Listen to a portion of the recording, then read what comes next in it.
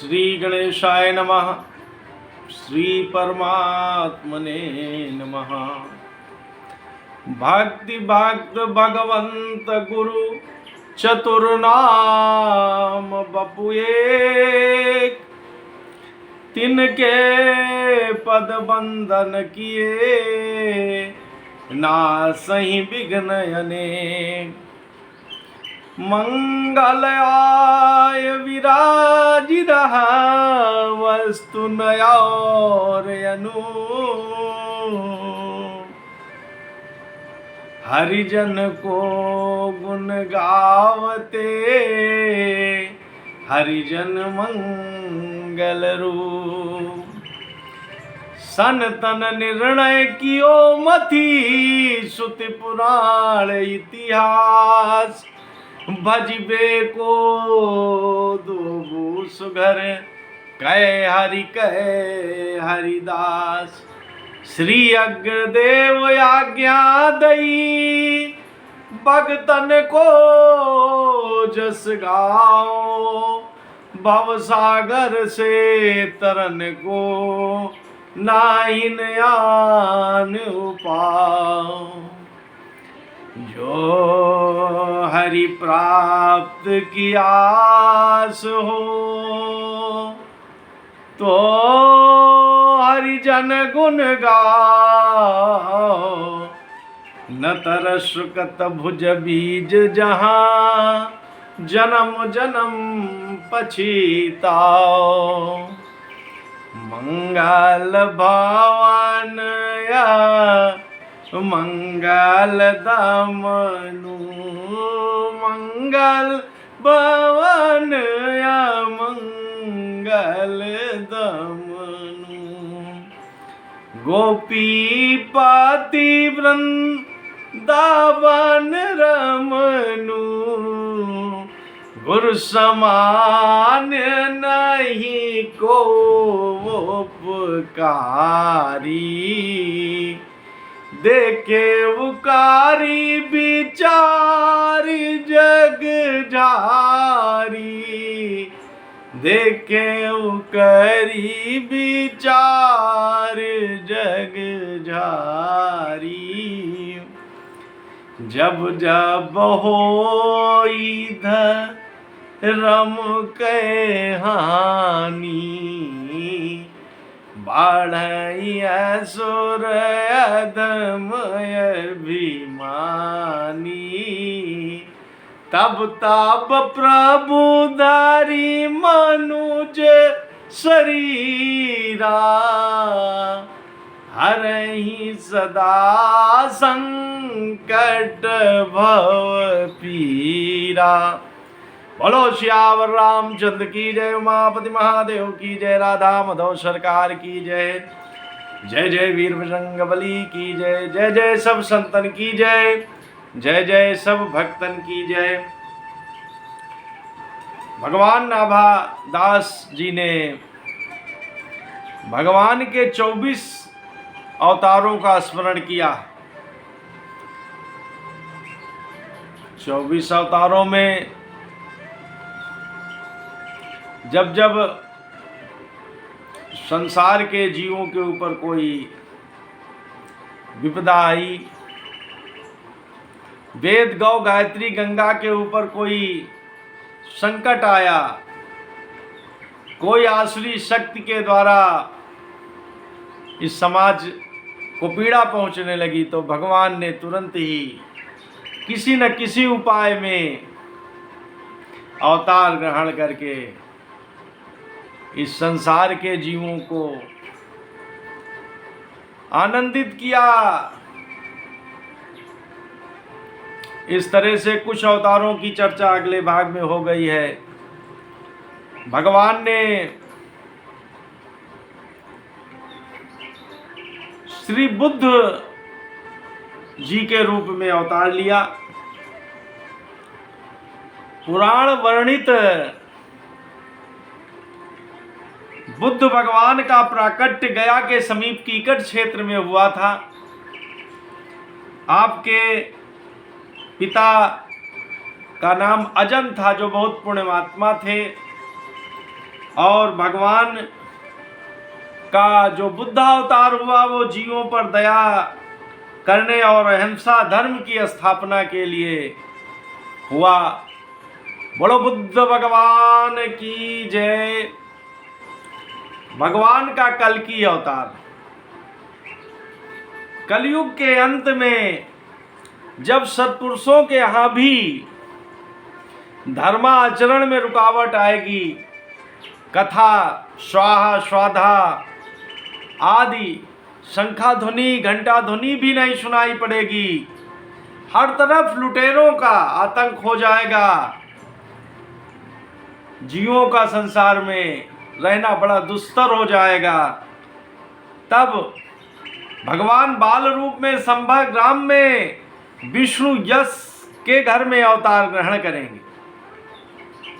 परशुराम जी उनको वेद पढ़ाएंगे और शिव जी शास्त्र विद्या में उनको निपुण करेंगे और उन्हें एक अश्व और एक खड्ग देंगे, जिससे कि कल्कि भगवान ब्राह्मणों की सेना लेकर फिर धर्म की स्थापना करेंगे।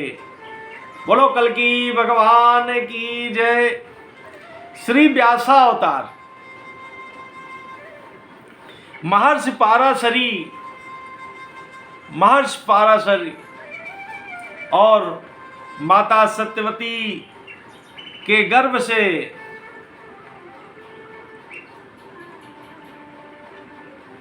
वेदव्यास भगवान का अवतार हुआ। आप के अनेक नाम हैं, पाराशर्य, सत्यवती नंदन, द्वैपायन, कृष्ण द्वैपायन, वादरायण, वेदव्यास। आपने अनेक अनेक धर्म शास्त्रों की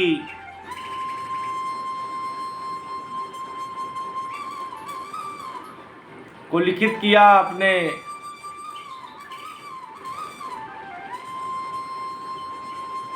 आपने पंचम वेद महाभारत की भी रचना किया। आपने श्रीमद् भागवत महापुराण लिखकर संसार के ऊपर बहुत बड़ा उपकार किया, जो राजा परीक्षित और सुखदेव भगवान के माध्यम से संसार सागर में आज भी भगवती गंगा के रूप में प्रवाहित हो रही है और भक्तों के अंतःकरण को सराबोर कर रही है। बोलो वेदव्यास भगवान की जय।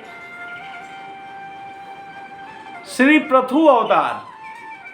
भगवान का एक अवतार पृथु जी के रूप में हुआ।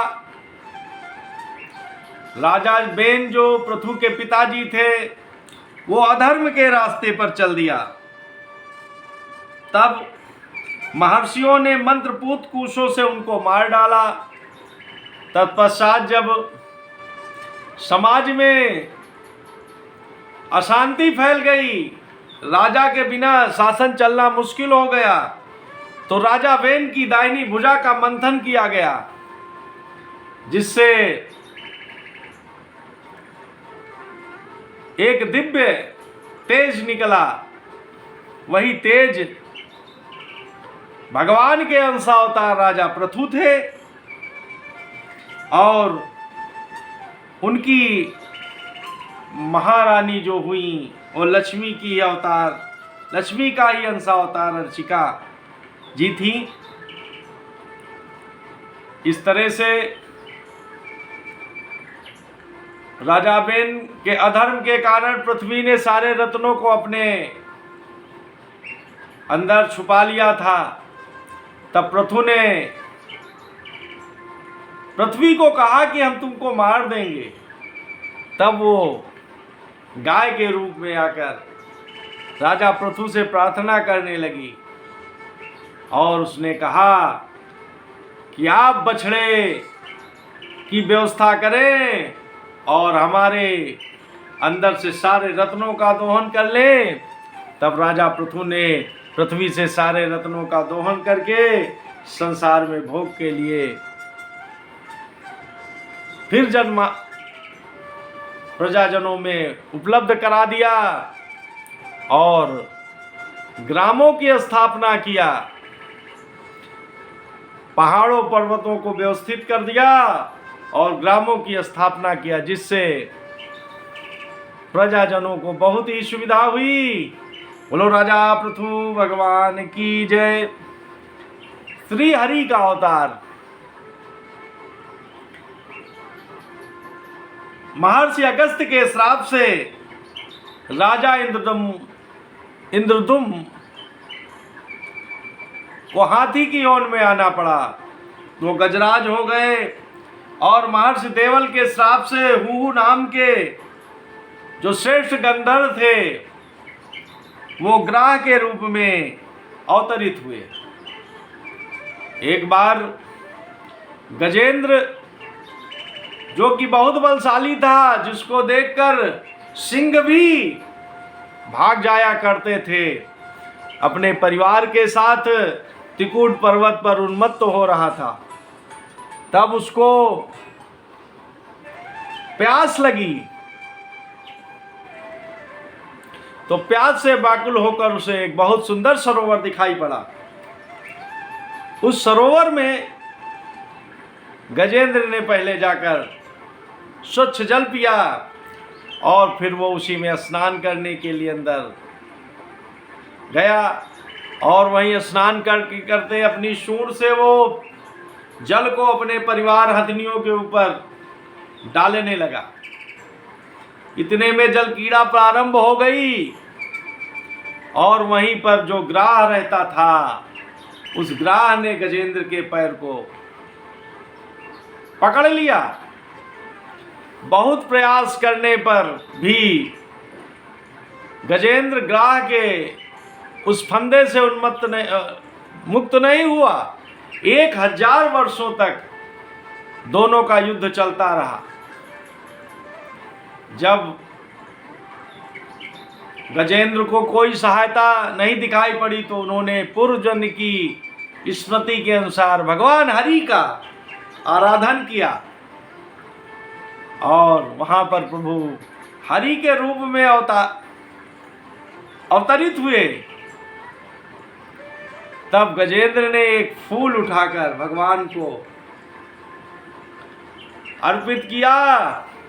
भगवान गरुड़ से कूद पड़े और ग्राह का मुंह फाड़ दिया और गजेंद्र को मुक्त कर दिया।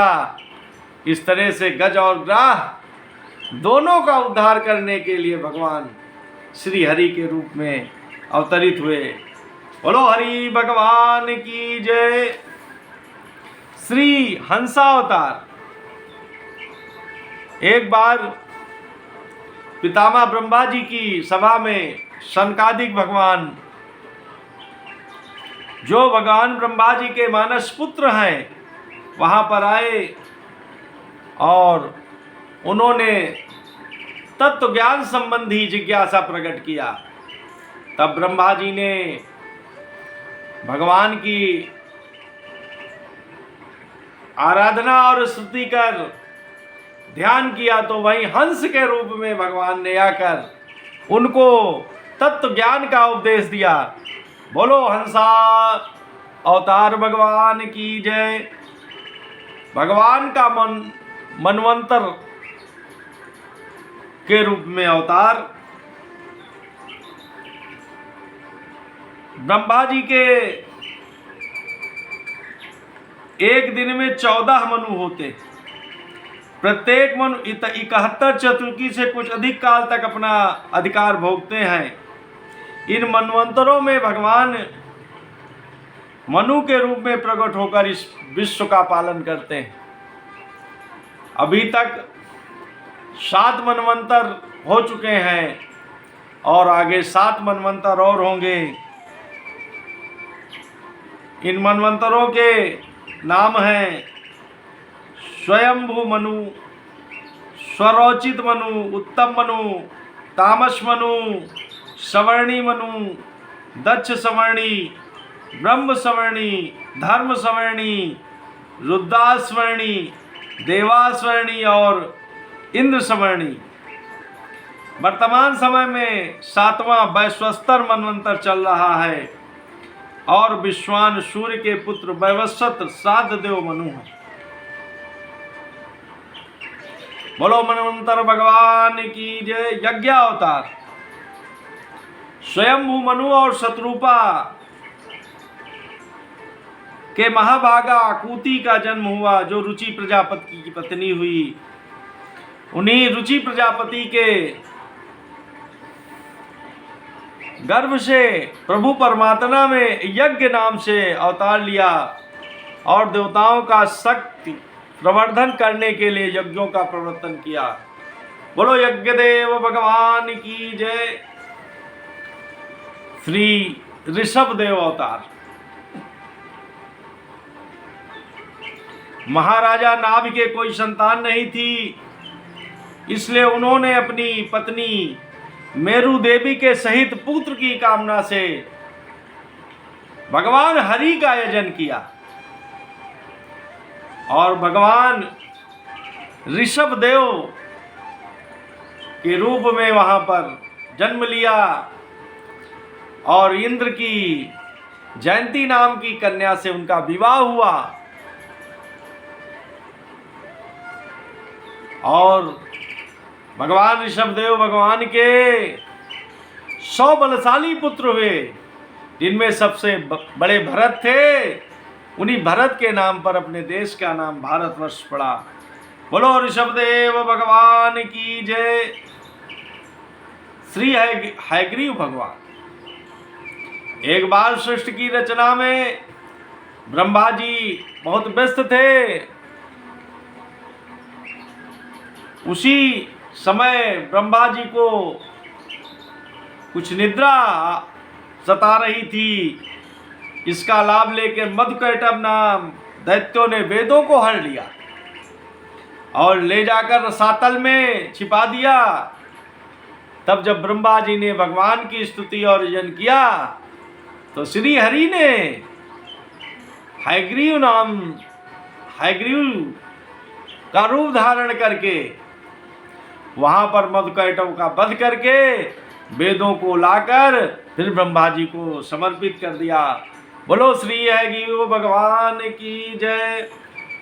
ध्रुव को वर देने वाले श्री हरि। उत्तानपाद के 2 रानियां थी, जिनका नाम, एक का नाम सुनीति और एक का नाम सुरुचि था।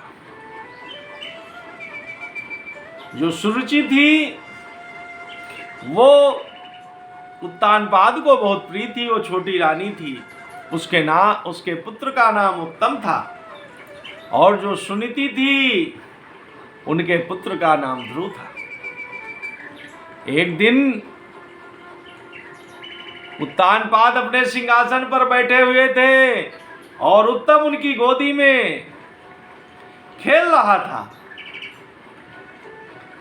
तब देखा, ध्रुव महाराज ने देखा कि हमारे पिताजी की गोदी में हमारा जो भाई है ये खेल रहा है और ये भी उनकी गोदी में खेलने के लिए पहुंच गए। मगर उसी समय सुरुचि आ गई और उन्होंने ध्रुव जी को बहुत ही कटु शब्द कहे।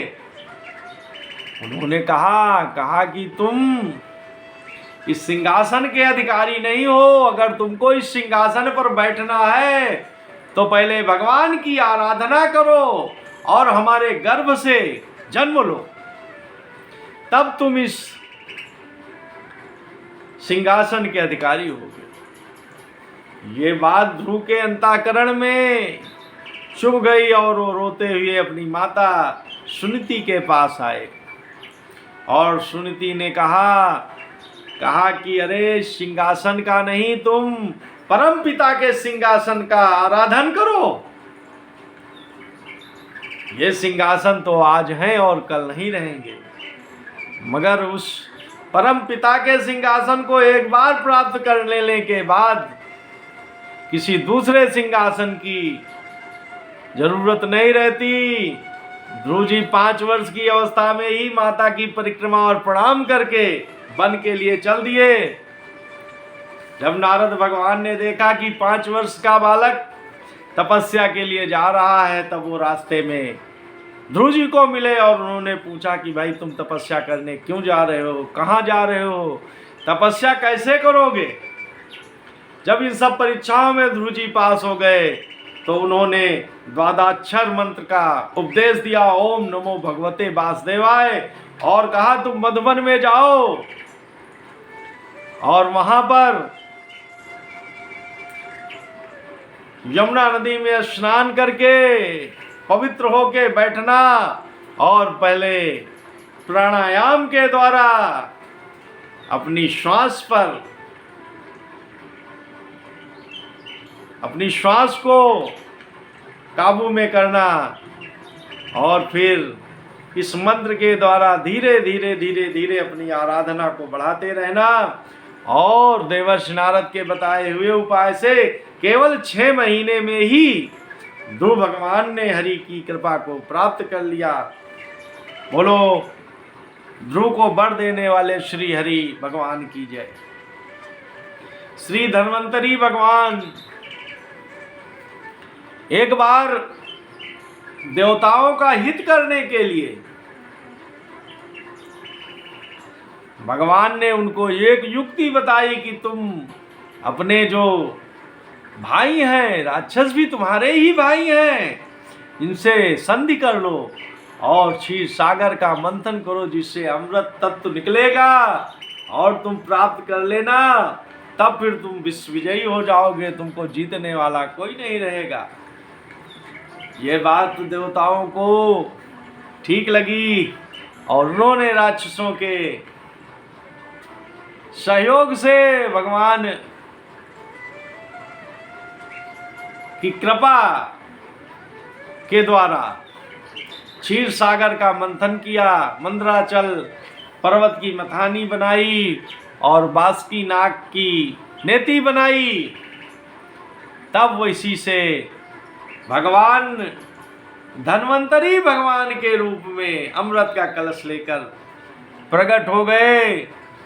बोलो धन्वंतरी भगवान की जय। श्री बद्रीपति नर नारायण भगवान।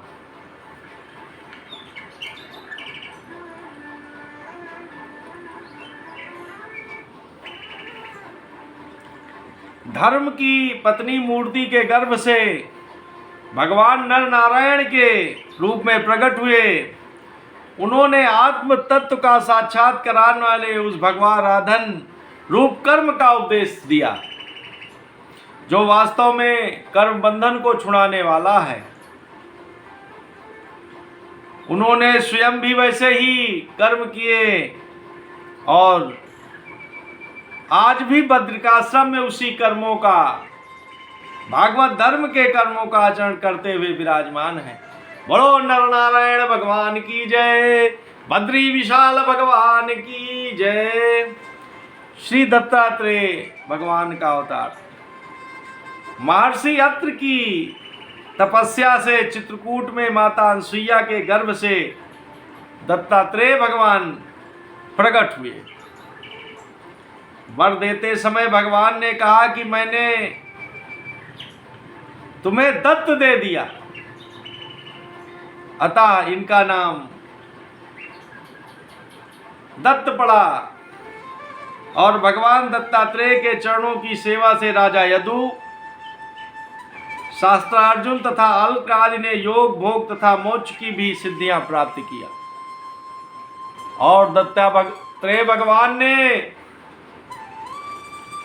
हम जीवों पर कृपा करने के लिए संसार से 24 गुरुओं की शिक्षा ग्रहण किया और एक एक गुरु से इन्होंने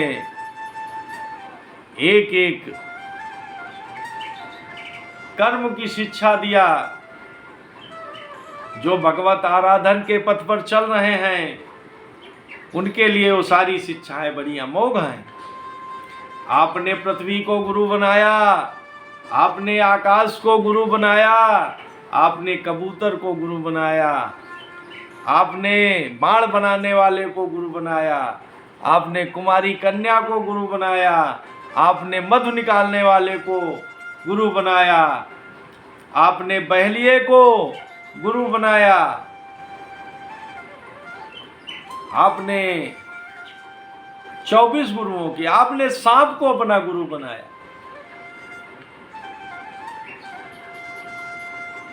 इस तरह से 24 गुरुओं की शिक्षा ग्रहण करके और दत्तात्रेय भगवान संसार में प्रसिद्ध हुए। बोलो दत्त भगवान की जय।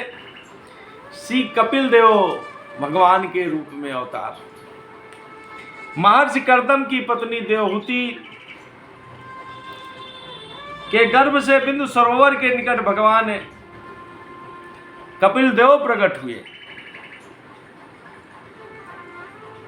आपने सांख्य शास्त्र का उपदेश देकर माता देवहूति को के द्वारा इस संसार को सांख्य शास्त्र का उपदेश दिया